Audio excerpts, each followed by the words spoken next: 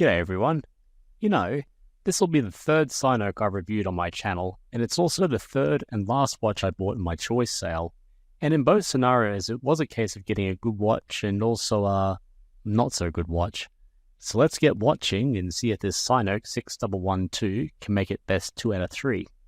So here's the specs list of all the details, including physical dimensions, weight, water resistance, crystal, movement, and price. The shape and appearance of the Synoke is certainly a bit out of the ordinary. To me, it's an interesting combination of the 60s themed TV style watches you, or your parents, or even grandparents may have worn, along with a Scandinavian minimalist design, similar to offerings from Skagen. It's like retro meets utilitarianism, and I really dig it.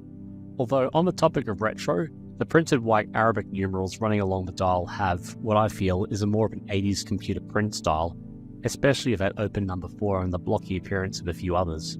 But again, this is a watch using a combination of styles, so I'm not expecting it to be time period accurate, and those numbers still look crisp, clear, and tasteful on the dial. Running above the numeric indices and along the edge of the dial is a thin minutes track using small rectangular markers, and nestled in between each marker are 3 tinier rectangular markers to measure quarters of a minute. Useful if you're somebody who likes to line up their minute hand with high accuracy. In place of the 9 indices, the Synoke brand, running from the edge towards the middle of the dial.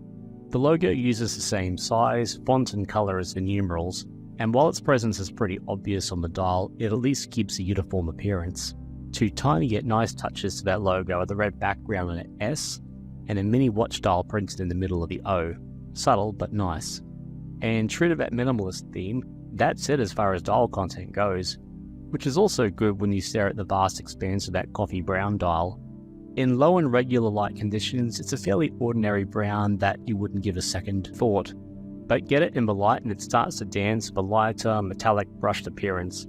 I'm not sure if this would be a sunburst, but it really gives that dial a second amazing visual element. Rounding out the rest of the dial features are these slender, lume-filled pencil-shaped hands with a black outline, and the thin seconds hand with a lume-filled arrowhead. The white lume filling on that darker dial backdrop gives them decent legibility. For those a bit more obsessed with the seconds hand hitting each marker bang on, the Synoke is a smidge off but still performs better than some more expensive offerings, and at this price I'm pretty happy with it. The watch itself is quite comfortable on the wrist thanks to the more compact dimensions of that square case, along with the smaller lugs that sit nearly flush with the case bottom and the light construction materials, which I'll mention soon. And instead of using a general silvery steel theme, the Synoke case has a brushed gunmetal colorway which not only gives it a more unique appearance, but fits in nicely with the color scheme of that dial. And despite its diminutive size, the unsigned crown is surprisingly easy to engage, has sufficient nailing to get a good grip, and feels solid between your fingers when adjusting the time. If there's one thing I have mixed feelings about with the Synoke, it's definitely the strap. It uses a very rough suede material on the top, and underneath is a cheap, stiff and plasticky leather lining. As for the rest of its hardware, there's a metal buckle and pin that doesn't match the colour theme of the dial case, and in a design feature that's either clever or bizarre is the use of 2 keepers, where the thinner one is made with suede, while the thicker adjustable one uses the same black leather as underneath. For something different it's interesting, but from a symmetry standpoint it's a little weird, so you can be the judge. But what stops this strap from being a total flop is that it's somewhat wearable. Not comfortable, but not completely terrible. But given the Synoke has a 20mm lug width, swapping it for something better is a cakewalk. But this is where my sweet talk for the Synoke ends and the vinegary comments come out. And when you review the specifications of the Synoke on the AliExpress website and get it on your wrist, you immediately know this was built for form and almost no function. 30 meters of water resistance, a lightweight case made from alloy, and a crystal that's described as glass make this a watch that you won't be wearing beyond couch surfing or coffee shop catch-up duties. And on the topic of that glass crystal, it not only feels delicate enough where it would break if dropped accidentally, but there's no anti-reflection to speak of. The crown is a peach to use for the most part, but I have found once you try and re-engage it, it has a tendency to make the minute hand wobble a bit, making the process of setting the perfect time a bit of a frustrating task. And as much as I like the minimalist design of that dial, I feel that there's just a bit too much free real estate here. It would have been more useful if the hands were just a bit thicker and the text size of each numeral was a little bit larger. That would have improved legibility, and still wouldn't have much impact on the clean, Spartan appearance of that dial.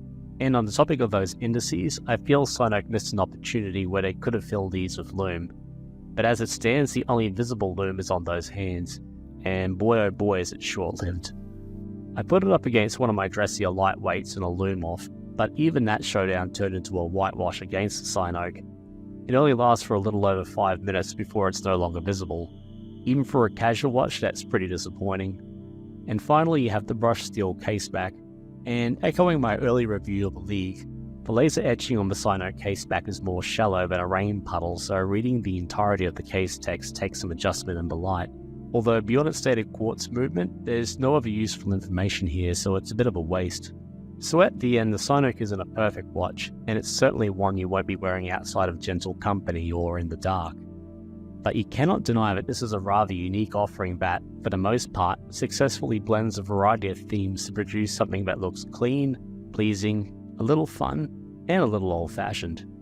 And it's this design, and not its cheap price, that makes the Synoke a good proposition and an easy recommendation to make.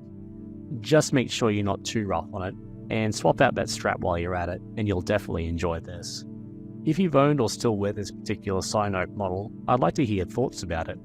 And if you like my content and haven't done it yet, a like and a subscribe always helps. But that's it for now, and thanks for watching, eh?